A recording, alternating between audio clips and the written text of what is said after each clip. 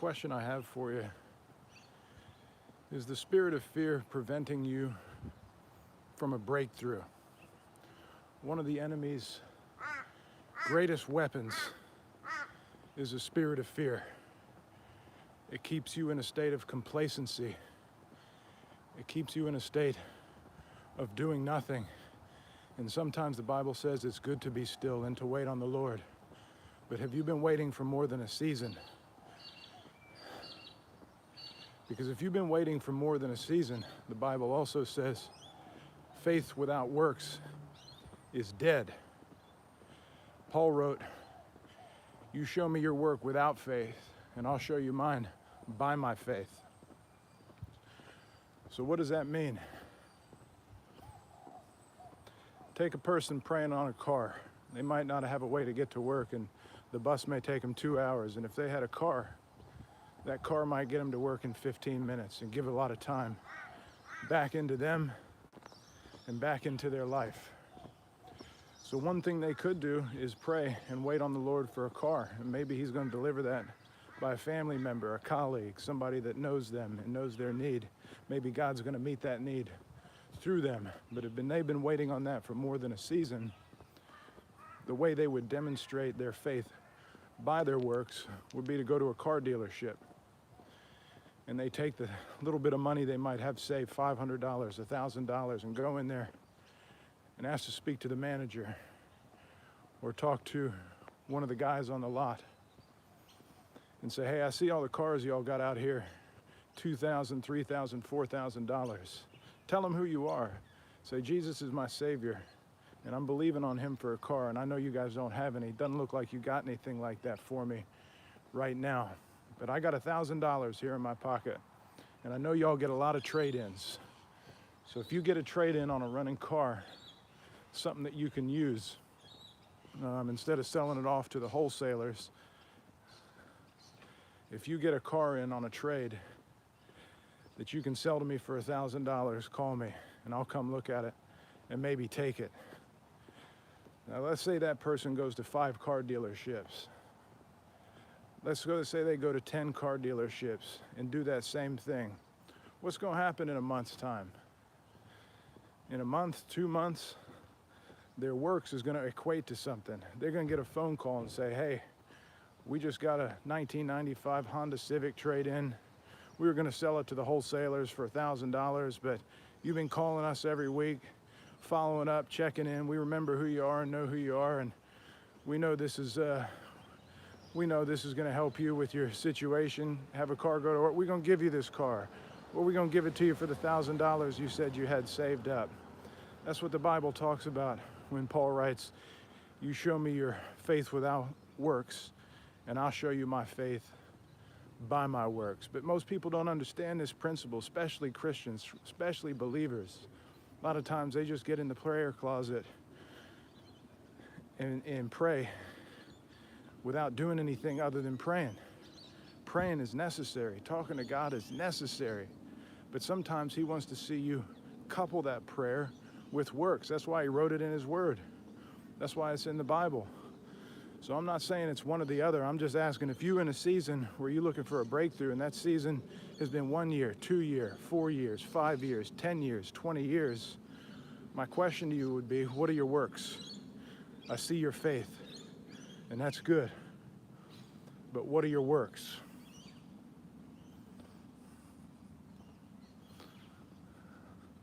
I've never had I've had to battle spirits, don't get me wrong. We all have things we have to battle. But spirit of fear ain't never something I've had to battle with, ever.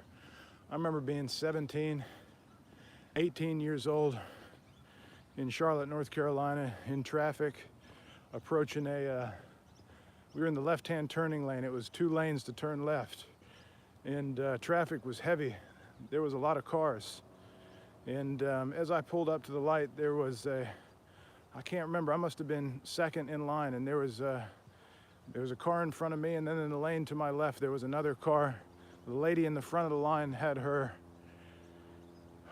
sunroof open, and there was a man outside of her car screaming and yelling, and he climbed up and he grabbed her through her hair in the sunroof. And when I was 16, 17, 18, 19, somewhere in there. I was a skinny little thing. I didn't hit my growth spurt or put on any weight probably until my 20s. So I was just a skinny little nothing twig. But spirit of fear has never controlled my life. And anytime I perceive an injustice, I've always acted, whether it be in my life or somebody around me. I don't sit and pray in those circumstances when I see an injustice occurring. I pray after. But that's me. I'm not telling everybody this is this is the formula. I'm just telling you how my mind operates. And when I seen that man grabbing that woman through her hair and through the sunroof, at 16, 17, 18, however old I was, I rolled down my window right then and there. I looked that man dead in his eye and I said, "Hey, why don't you come over here and pull my hair?" And at the time, you know, my hair was probably no longer than that. So he knew what I was saying. I was calling him out on being a weak man for attacking a woman like that.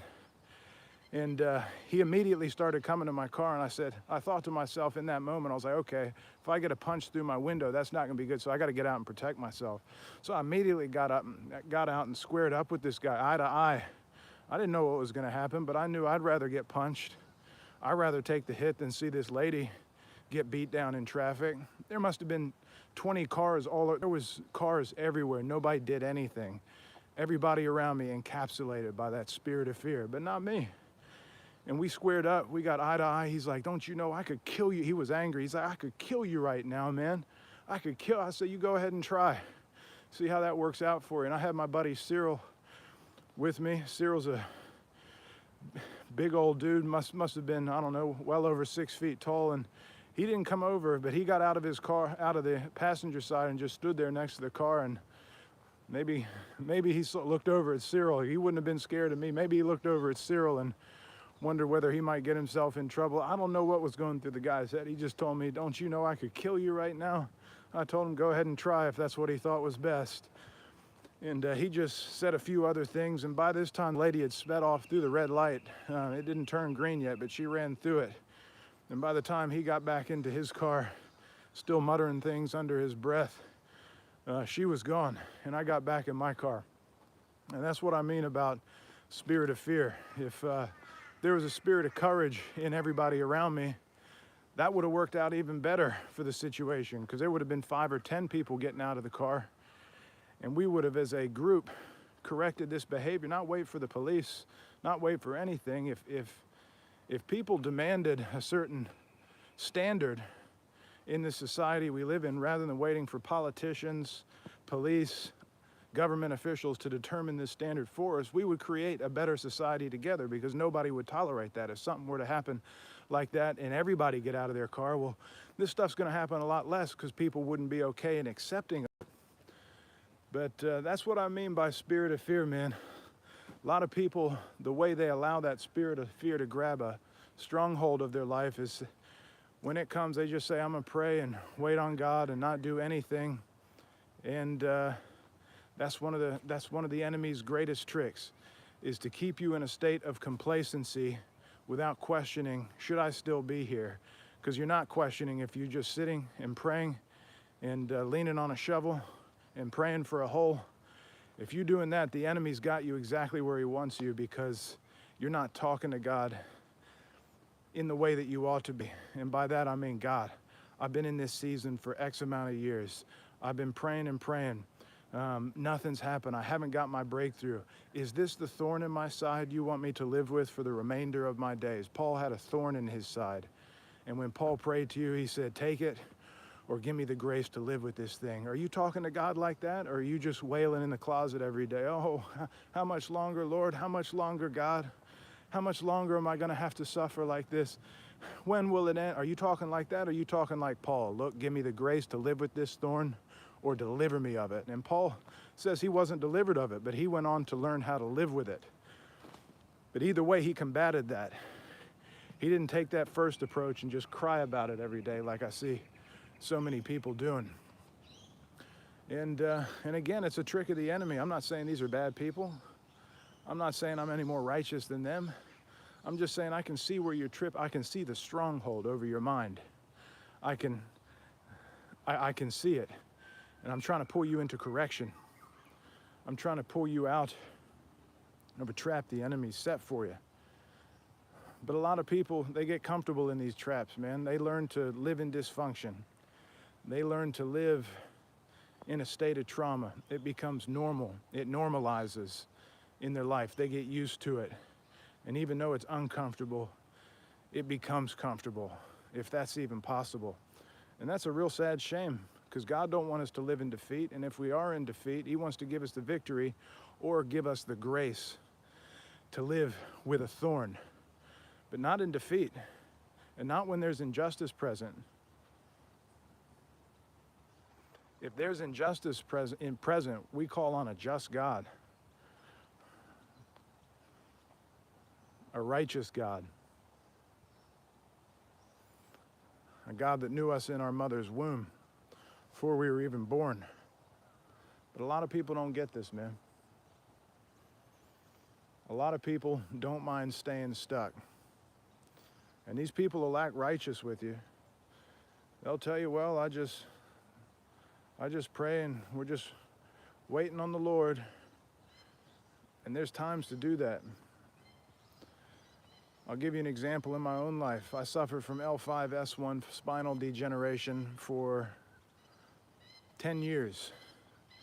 I got diagnosed with that way back. In 10 years, I suffered with this thorn in my back.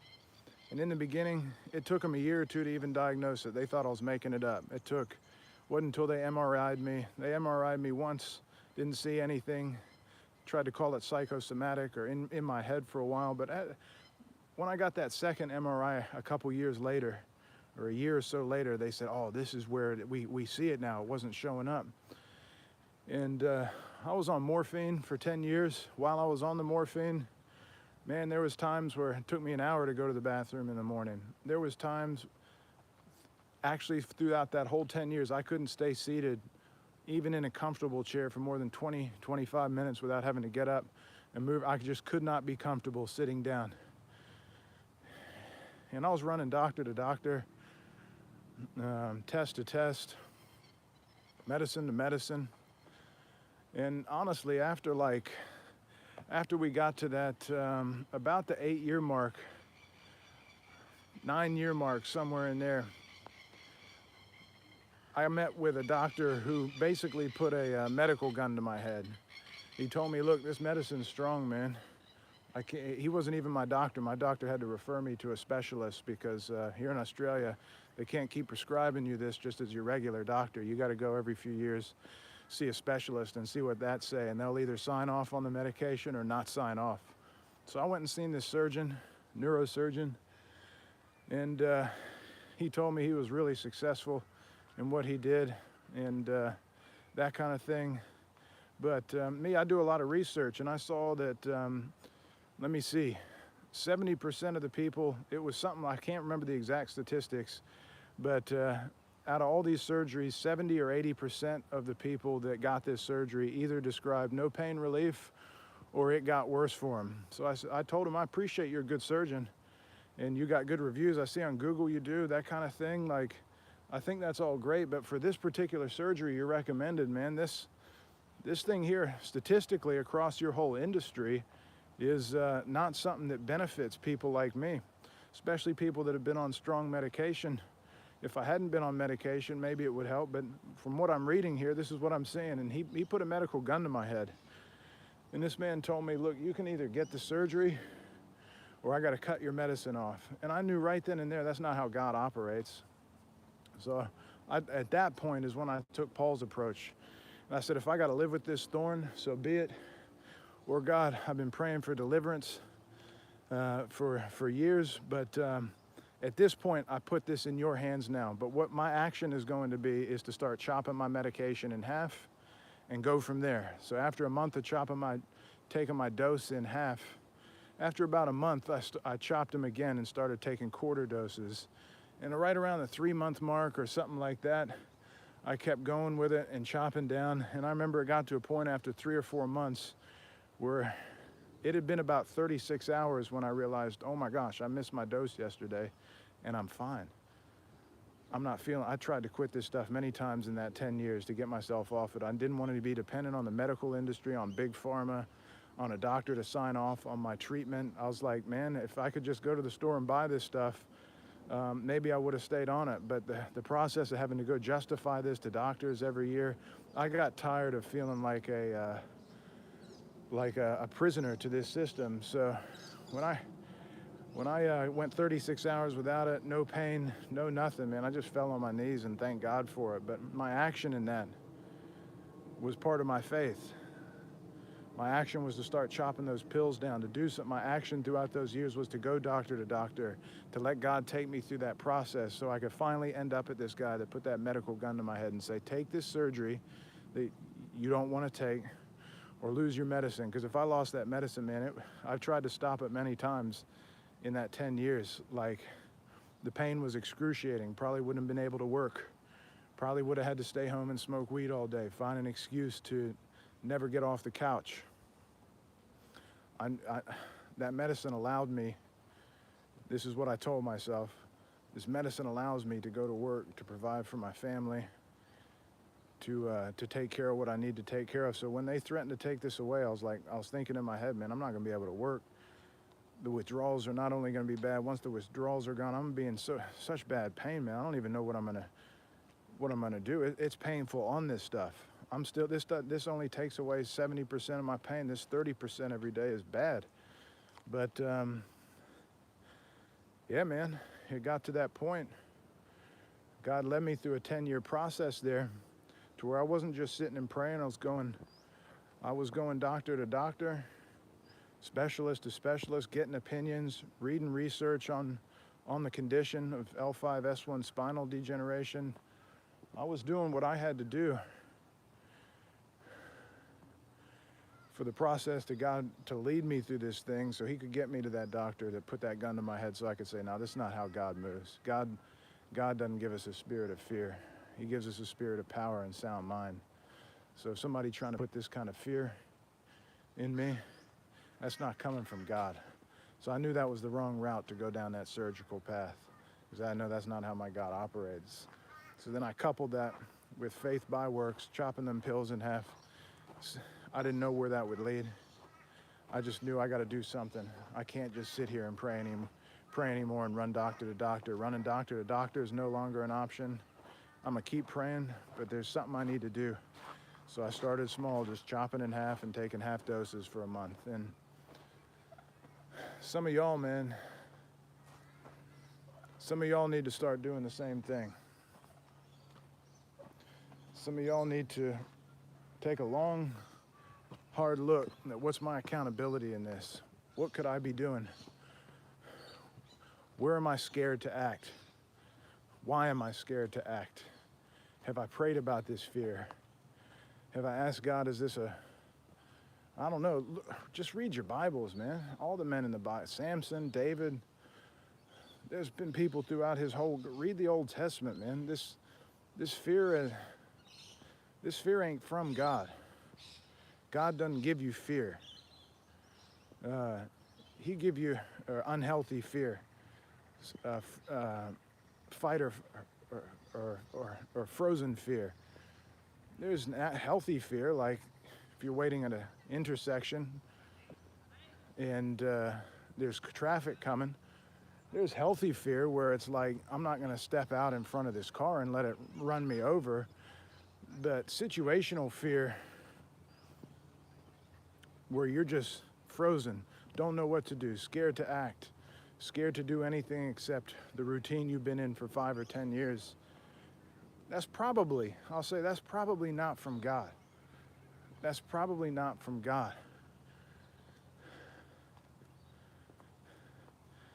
When God doesn't want us to do something, he doesn't usually put a spirit, he doesn't usually put us in this kind of fear. He usually just shoots down whatever. When we walk in the wrong path, he just takes a shot at each step. Nope. So you can keep walking that way if you want, but it's just going to keep getting more painful. Things aren't going to work out. More pain. And it's going to get to a point where you just realize this the wrong way, man. This ain't the right path. Every single which way. And some of y'all don't even have the discernment to know is this God shooting me off the path, or is this the enemy? But God makes himself pretty clear when you're going the wrong way. He'll let you take a step and another step, but ain't nothing going to work out till you get to a point where you get on your knees and you just say, God, every time I walk this way, I get knocked off. And talking to God like that allows you to allows him to redirect your path, put you back on that narrow path. But if you're not talking to him like that, if you're just frozen praying in the prayer closet, oh, woe is me. I've been going through this for so long, God. When are you gonna come through? I've been believing on you for 10 years. When are you gonna do something? You're not in the right mindset. God ain't gonna do nothing for you when you're in that mindset. He's trying to mature you up. He's trying to get you to see that ain't the right mindset. You need to adopt that Paul mindset, where it's like, this thorn hurts, God. Deliver me of it.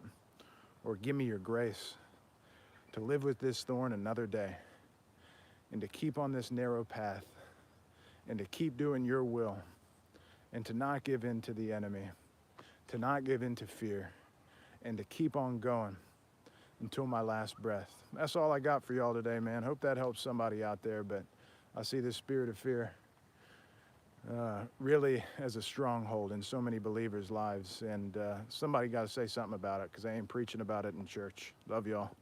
Catch you later.